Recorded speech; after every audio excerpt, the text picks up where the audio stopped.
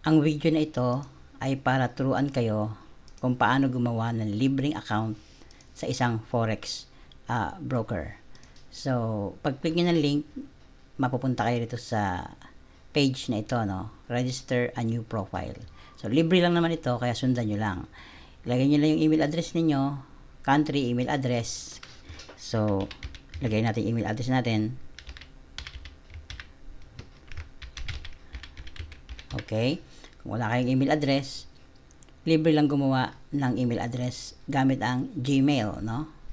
Tapos ulitin, maglagay lang kayo ng password, sinasabi naman dito, at least may isang uppercase letter, isang lowercase letter, and isang yung number, no? Tapos minimum 8 characters, okay? Tapos walang space. So maglagay kayo ng password ninyo.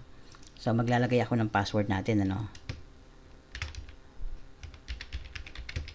Okay, so yan ang ating password. Tapos i-click nyo lang itong register with FX Pro. So pag click nyo yan, okay, then magre-refresh yung page. Tapos tatanungin kayo, lalagay nyo yung pangalan ninyo, no? So lagay natin yung pangalan natin. Kunyari tayo si Juan, okay, and then ilalagay natin yung pangalan natin, ano? Okay, so basically, pipill upan nyo lang yung pangalan niyo tsaka yung apelido niyo. Tapos yung date of birth niyo, okay? So, ang date, for example, 24. Tapos, ang April, kunyari, ilagay nyo lang. Basta mauna yung date, tapos month, tapos year. Okay? So, for example, 24, tapos 04, tapos kung, bawa, 1980, di ba? Okay, ilalagay niyo yung totoong date of birth niyo. Tapos yung contact number niyo, ilalagay niyo din. Okay? So, ang contact number natin ilalagay dito ay ito. Okay? Siyempre, ilalagay niyo yung kung ano yung talagang contact number niyo para doon kayo makaka-receive ng mga mahalagang bagay tungkol sa inyong account, ano? Okay, so save and continue natin. And then continue mo lang, okay? Unless may isang nationality ka. So wala naman tayo. So save and continue lang natin. So basically, nagki-create lang tayo ng profile, okay, sa isang broker. Sa isang broker kasi marami namang brokers kaya lang lahat ng brokers kasi nire-required sila ng batas to know their client, yung KYC, di ba? Kaya nila tinatanong yung mga ganyan, okay? So, yung employment status ninyo, kung kayo employed, self-employed, sasabihin lang natin, okay, retired lang ako, natin, account, okay, ilalagay nyo lang yung, kung ano yung akma sa inyo, no? Kung hindi naman, pwede nyo namang tsambahan lang yan. Hindi naman yan mahalaga kasi para lang yan, may file, okay? Pero hindi naman actually mahalaga yan. Sa experience ko, kahit ano ilagay mo dyan, hindi ka naman tatanungin ng broker mo about kung talagang accountant ka ba, kung talagang hindi ka naman tatanungin So, walang problema yan, okay? So, save and continue. Okay, dito, again, pwede mo ring tsambahan. Since tayo ay magti-trade ng forex, gamit yung maliit na account lang, di ba? Kasi sumusubok lang tayo. So, under annual account, ilagay mo lang yung pinakamababa. Okay? Tapos yung net worth, ito chinachambahan ko lang to, diba? Tapos source of wealth, ilalagay mo lang yung mga sagot na generic ba? Tapos how much do you expect to fund 1 month? So less than 10,000. Okay, so talagang totoo naman, less than 10,000 lang naman ang kaya nating ipuhunan dito sa forex, no? Dahil tayo nagsisimula pa lang, di ba? So yan, gayahin niyo lang itong ginawa ko, tapos save and continue. Tapos ayan, yung wallet settings natin, ito yung mga choices na pagpipilian. Kasi pag magdi-deposit ka na, let's say magsisimula ka na mag-live trading, syempre magdi-deposit ka. So, lalabas dun sa account mo kung anong currency, no? So, ako, inilagay ko lang USD. Kasi wala naman ditong Philippines, no? Peso, no? So, USD lang nilalagay ko. Okay? So, pero kung bawa, nakatira kayo sa Japan, gusto niyo ng yen, di ilagay niyo to, di ba? So, ilalagay ko lang sa akin USD. Okay? Pero pwede nyo palitan yan. Depende sa gusto nyong currency. Kasi yan ang magiging wallet settings ninyo, no?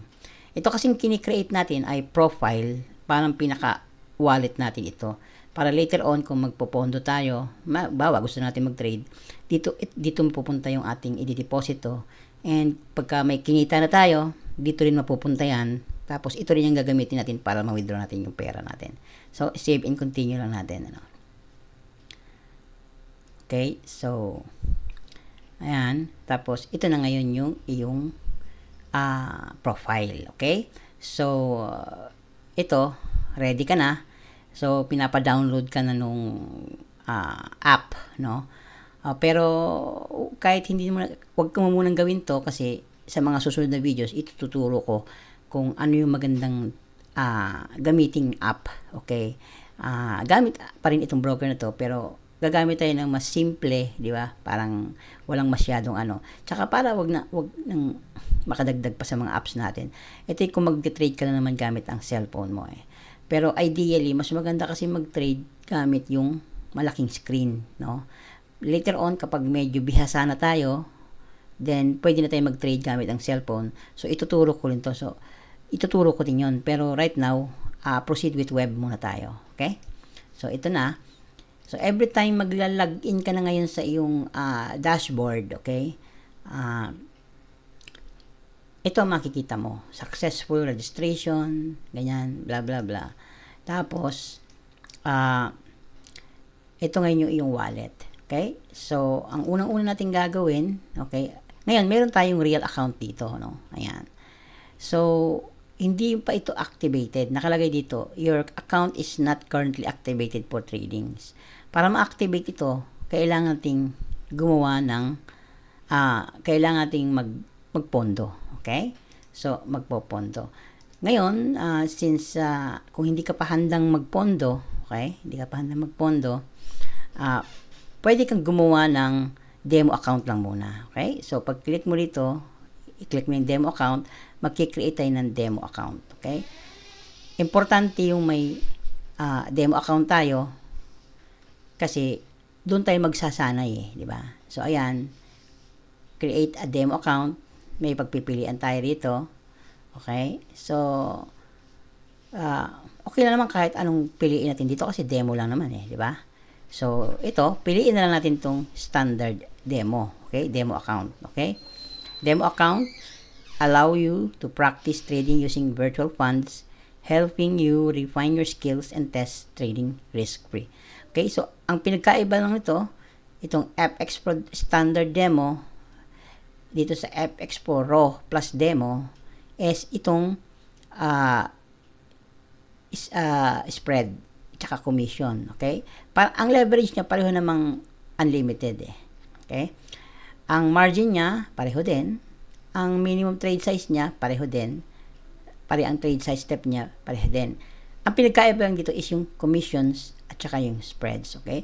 Yung spread, later on sa mga video natin, pag-aaralan, i-explain ko ito. Sa ngayon, hindi mo na ito, kahit explain ko ito, hindi pa ito mahalaga sa inyo kasi nagsisimula pa lang tayo. So ibig sabihin, kahit alin lang muna ang piliin natin. Okay? So, i-click natin to, continue with standard demo.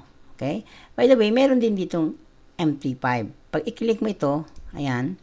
So, ayan, meron ditong MT5. Ito yung gagamitin natin. Okay? Ito yung gagamitin natin.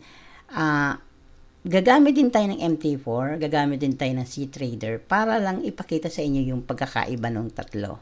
Okay?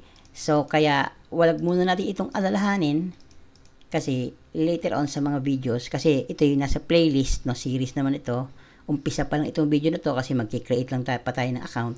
Kaya, wag muna natin intindihin ito. Kasi magkakaroon tayo ng video dedicated dito sa MetaTrader 5, magkakaroon din tayo ng video dedicated dito sa MetaTrader 4, and magkakaroon din tayo ng video related dito sa C-Trader. So, for now, gamitin muna natin itong MT4. Okay? Legacy. Okay? Kasi ito yung una. Tapos, ito yung talagang una, MetaTrader 4. Kaya nga sa tinawag na legacy, kasi ito yung una. Tapos, nagkaroon ng MetaTrader 5 na ito na ngayon yung nire-recommend. Okay? And then, bukod sa MetaTrader 5, meron ding C-Trader. Okay? Na halos parehas lang naman sila. Ang importante lang naman kasi dito na makapag-trade tayo, makapag-buy and sell tayo para kumita. So, ito mga platforms lang ito. Okay? So, kahit anong piliin natin dyan. So, for the sake of this video, i-click-click ko lang muna itong MetaTrader 4. Okay? So, i-click yung apply and then i-select natin yung FX to standard demo. Then, i-continue natin with standard demo. Okay? So, ayan yung ating demo settings. Ang leverage natin nakalagay sa unlimited. Okay? Normally, ako, dati, ang ginagawa ko, nilalagay ko sa 500. Okay? Okay. So, pwede naman tong palitan. Nakalagay nga, can be changed later eh. Okay? So, ang account natin ay USD, ang leverage natin ay 500. Tapos, ang initial demo balance natin, ilagay natin sa realistic. Let's say, $100 lang muna. Okay? Kaso dito, 500 ang minimum eh. Okay? Sa demo, 500 ang minimum. $500. Okay? Nakalagay dito, I want to use an external terminal with this account and create my own trading password. Okay? So, ito optional to. I-check lang natin account password. Wag na lang muna. Wag na lang muna natin i-check to. Okay? So, ito lang muna. Ito yung demo account lang. Para bukas, pag start ng market kasi nire-record ko ito Sunday, wala pang market. So, bukas Monday, may market na, makakapagsimula na tayo mag-trade using this demo account. Okay? So, i-create natin yung demo account. Okay? So, ayan. So, dito, babalik tayo sa dashboard natin. Okay? So, ayan, sa demo account, ito yung ating demo account at yung real account natin, ito naman. Okay? So, kailangan meron kang real account para makapag-trade ka ng live at kumita ng totoong pera. Okay? So, sa real account, magdideposito ka, syempre, para may pera ka. Sa demo account, hindi mo kailangan magdeposito. Kasi, ito yung demo eh. Kaya, kailangan, bukod sa may real account ka, meron ka rin kahit isang demo accounts.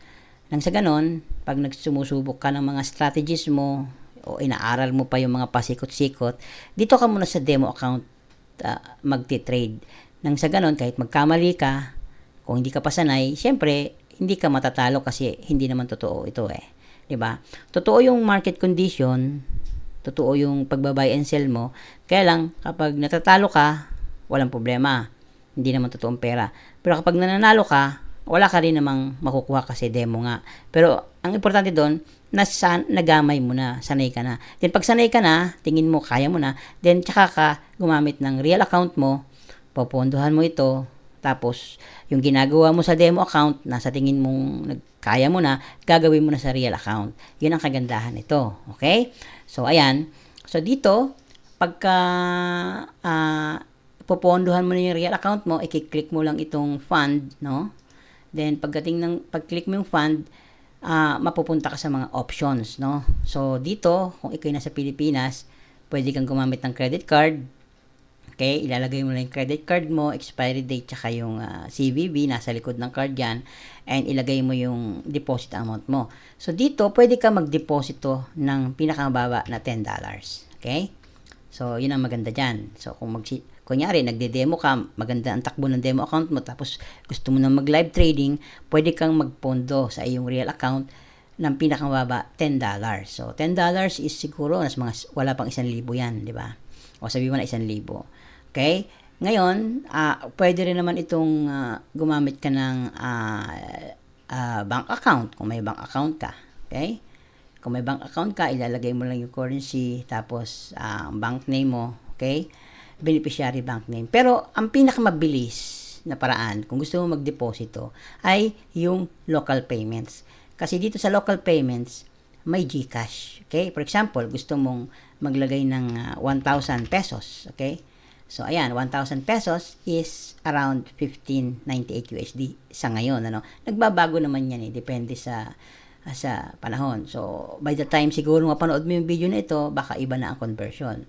Pero ang pinakamababang pwede mong i-deposit dito ay 1,000. At ang pinakamataas mo naman pwedeng i-deposito gamit ang GCash ay 50,000. Nakalagay naman yan dito, okay? So, either GCash or Maya, okay? So, pag i-click mo yung fund, syempre, dadalhin ka sa isang payment system kung saan pipili ka.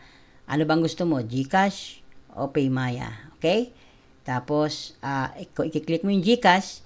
So, pag-click mo yung next, so, may lalabas dyan ang QR code. So, i-scan mo lang sa QR code mo yan. And then, pag na-scan mo na sa QR code mo yan, syempre, magbabayad ka lang. Yung normal lang, para ka lang nagsesend ng pera sa GCash, no? Click mo lang yung GCash app mo, click mo yung QR code, tas i-scan mo lang tong QR code na yan. And then, after that, pagka nakapagbayad ka na, mariredirect ka doon, babalik doon sa ano mo, no, sa iyong dashboard. Okay? So, ayan, nakikita mo, meron na tayong laman. Okay? May laman na yung ating account. So, ito yung ating totoong account, real account. May account na, may balance na siya na 1598. Okay? And, ito rin yung ating demo account, okay, na gagamitin, okay? And so, meron na tayong account sa isang forex broker. So, sa next video, ituturo ko naman sa inyo paano naman mag-download ng platform at i-connect natin yung dalawang account natin.